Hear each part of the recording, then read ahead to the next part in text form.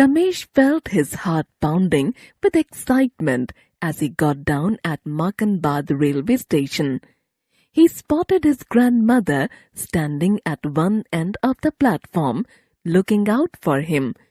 His small bag was secure on his back, so Ramesh waved with both his hands and ran straight into her welcoming arms. The moment she saw him, her face lit up. "Oh, it is just so wonderful to be together again, my child," she said in a shaky voice.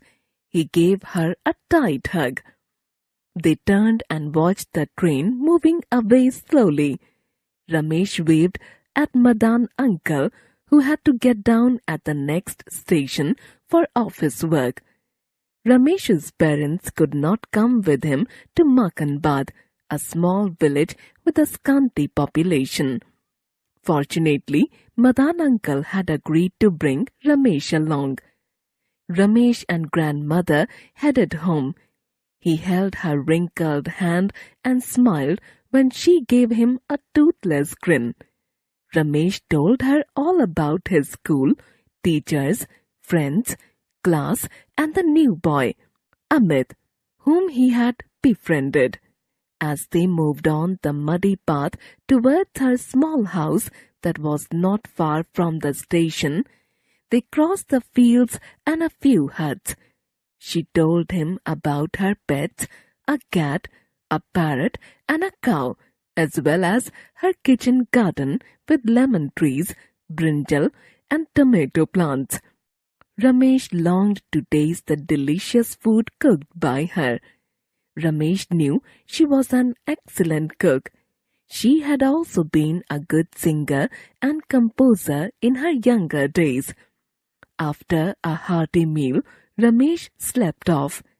In the evening, grandmother took him to the village fair.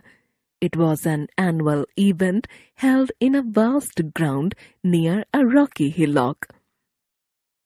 Ramesh thoroughly enjoyed himself. There were stalls selling clay pots, wooden toys, baskets, vegetables, grains, and so on. The villagers greeted grandmother respectfully. Suddenly, with the beating of drums, all the villagers gathered around a huge rock that resembled a dragon and began to dance as they happily sang folk songs. Some even offered flowers to the dragon. Ramesh also cheered and clapped with them. As the sun set, they all headed home. Once back, Ramesh sat close to his grandmother and said, "Why were the people dancing around the huge rock that looked like a dragon?" Grandmother nodded. "Well, there is a story about the dragon.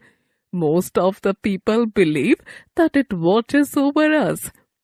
"Grandma, tell me about the dragon, won't you?" "Oh yes, I had composed a poem when I was young. The village folk still recite it and sing it on such occasions as today." Ramesh looked at his grandmother, who sat in the candlelight and read out from an old diary. "The king set out with his soldiers towards the Dragon Mountain for treasures. The queen had said, 'Get it all, I want riches more. Attack the dragon and fort and break its walls and door.' The fiery dragon guarded the treasure with all his might." "Back off! You won't get this! It's not right!" the king yelled. "You will pay with your life. The jewels and gems will adorn only my wife." The soldiers aimed arrows, spears, and cannon. All these were of no use, as nothing harmed the dragon. He opened his mouth and let out a big flame, lashed his tail that put the king's army to shame. His eyes were red with rage and fury.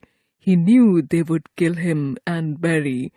But his duty was to protect the treasure that was precious, So he turned dangerous and extremely ferocious. The soldiers were soon dead, some down the mountain rolled. The king lost the battle, was left in the cold. All his strength and might couldn't help him win. The dragon wanted the king to realize his sin. The dragon roared, The treasure is for the good of people. Build hospitals, schools, roads. It is quite simple. It is not for you or anyone from your family. The king made up his mind to work for the welfare of his people, really. Ramesh stood up with excitement and shouted. Wow, the dragon won! Grandmother closed her diary and looked up. Yes, indeed, he did. But what do you learn from this, dear? Well, we should not be selfish and greedy. We should work for the good of others. That is my boy, said grandmother cheerfully and kissed him.